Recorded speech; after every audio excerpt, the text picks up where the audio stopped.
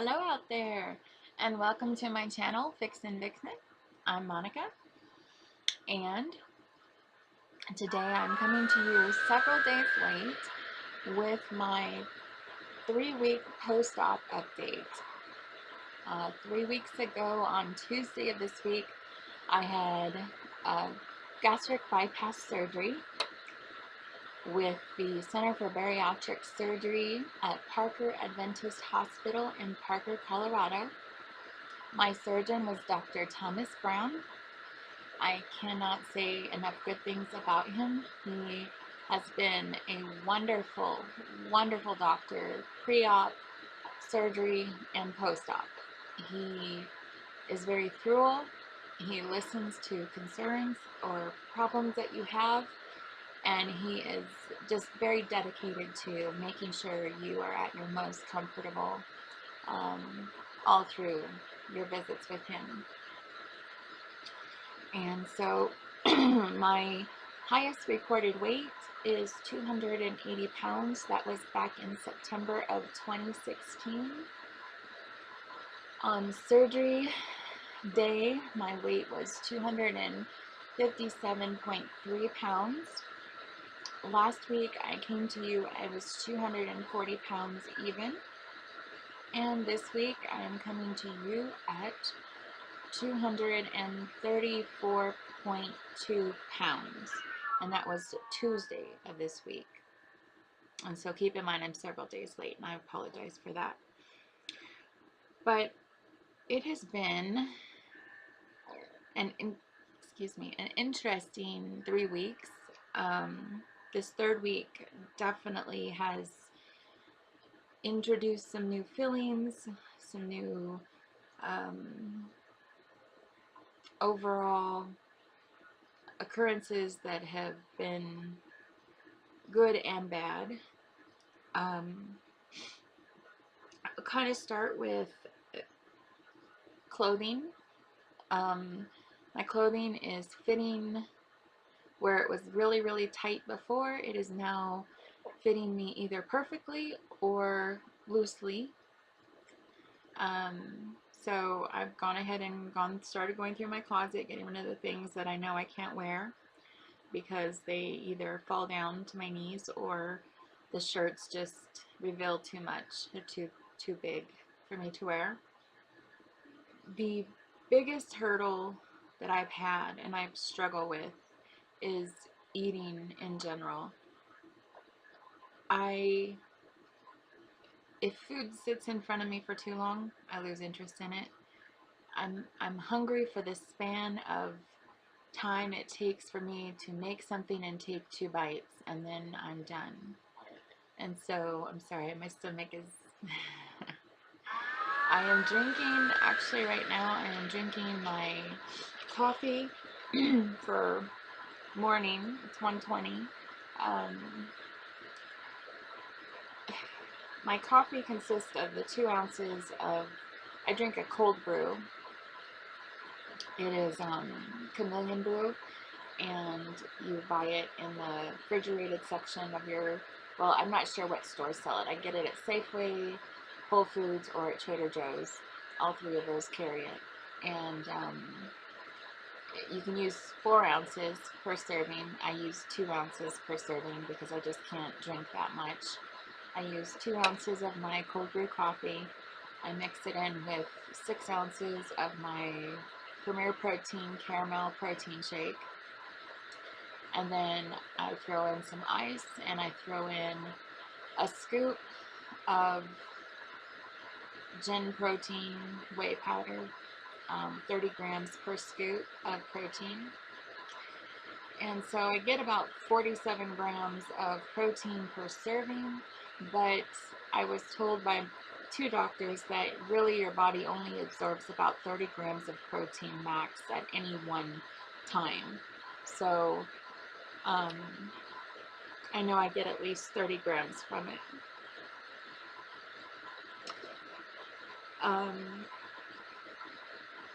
I really struggle to get that down. I do eat, I did not do my pureed, period.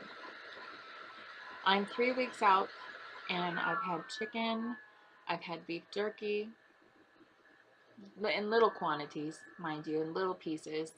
I've had soft chicken. I've had the toughest thing that I've eaten is beef jerky, and that went down okay. I've had salad, lettuce, that wasn't grinded or anything, but I chew my food really, really well. Keep that in mind. I chew very slowly. I try not to eat fast.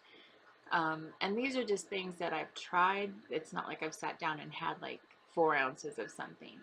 Um, so I don't really, and what I primarily eat when I do eat, I eat beans and cheese. Fat-free, refried beans, and Mexican shredded cheese on top of that with a salsa blend that I get at Trader Joe's. It's so good. It's got tomatoes and cilantro, and I think it's got onions in it, and it's a mild blend. It's not spicy or anything like that. And I have eggs, usually either over easy on top or sometimes like omelet eggs.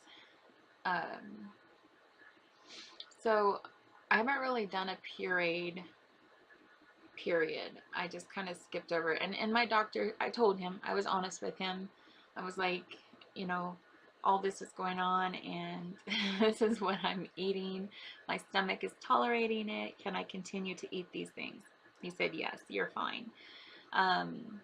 He said if you were eating steak, or if you were eating large amounts of these harder foods to get down, I would be more concerned.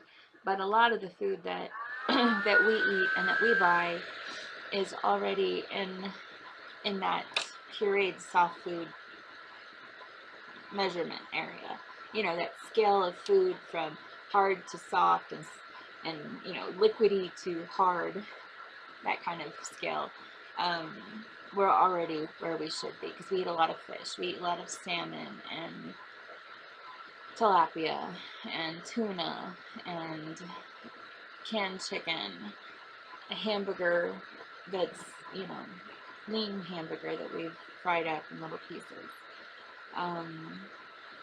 Soft veggies that have been boiled or roasted, so it's very soft food. So I'm okay with that, but it is just the process of getting the food down, and in that I struggle.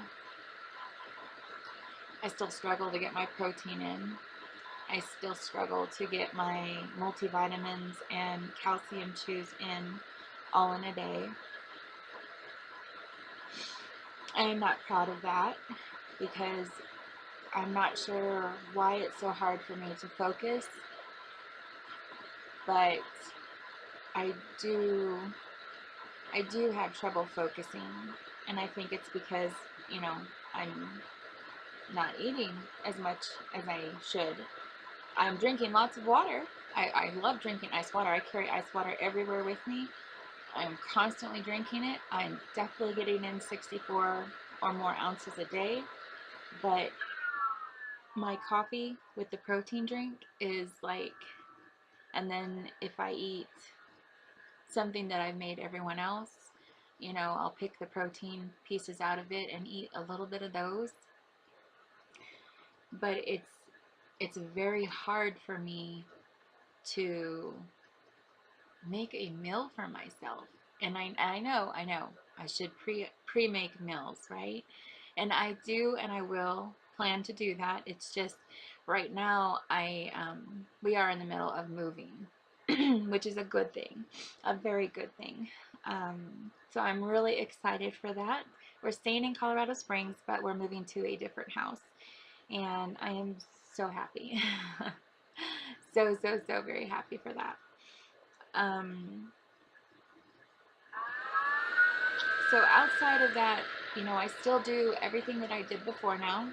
I am driving again.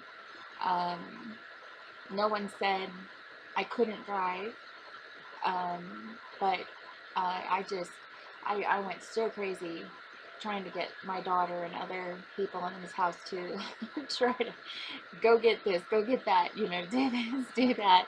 And it was just so much simpler to do it myself, because I'm that kind of person. I'm just like, you know what? Why ask somebody when I can do it myself? Um, I have to be careful. I do try to take, you know, somebody with me, because I do tend to want to do things myself because it's just faster and easier. Um, but I do tend to pick up things and not think about how much they weigh. And I had to slow down on that because I did hurt myself a little bit over here on this right side. I pulled my side muscle here, and it didn't feel good at all. And it's gone away now, and it's fine. But I need to not lift things yet, not till after 6 weeks. So I do take somebody with me. Oh, and outside of those things, that's really what I've been struggling with. There's been a lot of weakness and dizziness, but again, that's because I'm not eating and drinking properly. I fight with it.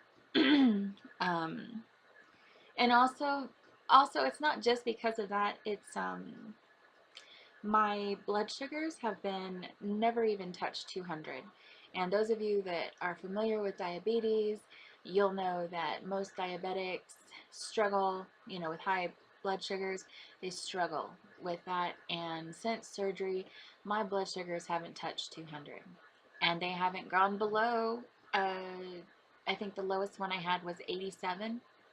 So I mean, I take my blood sugar 3 times a day, and it is right in those ranges. And even though, even though I do have to take some insulin 3 times a day before I eat, if it's over 140, you know, it's like 1 milliliter, 2 milliliters of, I can't think of what it's called. The brand that I use, it's log Lago something. I don't remember what it is. But anyway, it's very little compared. And most of the time I don't even have to take it because my insulin, my blood sugar isn't at the point, at the sliding scale where I need to measure it out to give myself any. So, I mean, it's wonderful. And so I think it's a lot of my dizziness and my um, weakness is actually from having a body that has energy, that has like, okay, let's do something, you know, we're ready to do something, then I do it because I've got that energy. And you know, in my old life when I was diabetic and overweight, and you know, I'm still overweight, but I mean, I was hurting, I was struggling, and I was unhealthy to the point where, you know, I had very little energy and little reserve to do anything with, but I still pushed myself to do it. Now I've got this wellspring of energy that's just coming, and you know, when I have energy I want to do things, and so I'm up and doing things. And you know, I think I just need to adapt myself to the fact that I have so much energy now, and I have so much uh, capability to do more, you know, because I'm mopping and sweeping and cleaning, and you know, running to pick up my daughter from school, and volunteering in her classroom, and you know, doing more hours there, and you know, dealing with the move and closing on this house at the end of this month. And you know, oh yeah, we're not just moving, I'm buying this house. So you know, there's been a lot involved. And you know, this energy is just coming from nowhere. And I think that's when I get dizzy, is when I have this energy and I'm just like, whoa, girl, slow down. You know, you're not used to having this energy and this bombardment of, you know, let's do it, let's get it done, and stuff. And so I think, you know, when I stop for a minute and I sit down, I have that little bit of vertigo, and I'm just like, whoa, you know. So you know, I don't know. I go see my regular primary care physician next week on Tuesday, and I think I'll talk to him a little bit about that, because maybe my medications need a little bit of adjustment. I may not need as much medication as I'm on now. I'm not on very much, but you know, I feel really good, minus that weak. And when I say weakness, I'm talking about I feel a little bit weaker than I did before surgery. Like, I don't feel as strong. And I'm pretty sure that's from the protein, the lack of protein, or the need for myself to really make sure I'm getting in that at least 60 grams of protein a day. But outside of all of this, I feel good. I am doing well, and my blood sugar, or my blood pressure, has gone down. So those of you who are curious about the positive effects of this type of gastric bypass surgery on the effects of things like high blood pressure and diabetes and sleep apnea. I no longer snore at night. I do have oxygen. I do sleep with oxygen. They have not taken me off of that yet, because I do, for some reason at night, I still tend to, when I have oxygen and I'm sleeping with oxygen, I don't snore, my oxygen stays high, and I breathe through my nose. When I'm not on oxygen, my nose closes up and I breathe through my mouth, which causes my whatever it is that, when you snore, and I stop breathing. So I will probably be on oxygen for a while longer, but I'm not on any kind of you know, sleep apnea. I can't think of what they call them, regulators, you know, the pumps and things at night that you wear over your nose, the masks and things. I'm not on any of that, just basic oxygen tube thing. And I feel great. I go to bed anywhere between 8 and 10 p.m., just depending on how tired I am and what I've done throughout the day, and I'm up every morning at 6 o'clock. And I'm ready to go, and I feel great. I am going to try to show you my scars, and you can see my arms just a little bit. I have this, it's easier to show this side. I have this is starting to sag more, and you can kind of see it. I know it's still got a lot of fat in there. This right here has a lot of fat, but when I flex, it's starting to show a little bit. But this here and down here, you know, is still there. So I'm going to stand up here. Okay, so here's this top scar. It's healing very, very well. It's a small scab, and I'll perk up on my, whoops, I'm gonna fall backwards here. There we go. Okay, so as you can see, my scars are healing rather nicely. And this one here, this one is healing well. And that's it. Side view. It's happening. We still have this, but it is going down. Back view. That you can see. And then another side view. I still have a lot of this going on. I'm not sure what all this is gonna look like at the end, but when I reach goal, and yes, I did that without a bra on, because it's easier to see and try to maneuver around a bra. I feel like having a bra on, you know, hinders what my body actually looks like, and so I took it off for this. But those are my body shots, and my calves, I didn't show you my calves. I will take full body pictures later for next week. But my calves are really losing a lot of weight, and my ankles are really small, and my thighs are actually dissolving. They're like, my fat on my stomach is kind of dissolving, but the skin is still there. But my thighs are actually dissolving, if that makes sense. Like, the skin is tightening back up. So I'm really happy about that. And I've also noticed in my face and my neck, I'm starting to lose a lot of, the roundness in my face. And so I did buy these masks. I bought a black charcoal hydrogel mask. They were 2 for $5 at Walmart, so I'm going to try this one. This one's a detox, moisturize, and revitalize. And then I'm going to do a V-line chin-up mask to kind of help. And as I said, these are on sale at Walmart right now for 2 for $5. And I just kind of want to watch this. See that? See this area in here? I want to try to keep this firm so it doesn't look saggy and, turkey gobble. So I actually bought 4 of these that I'll try to use. You want to use them, I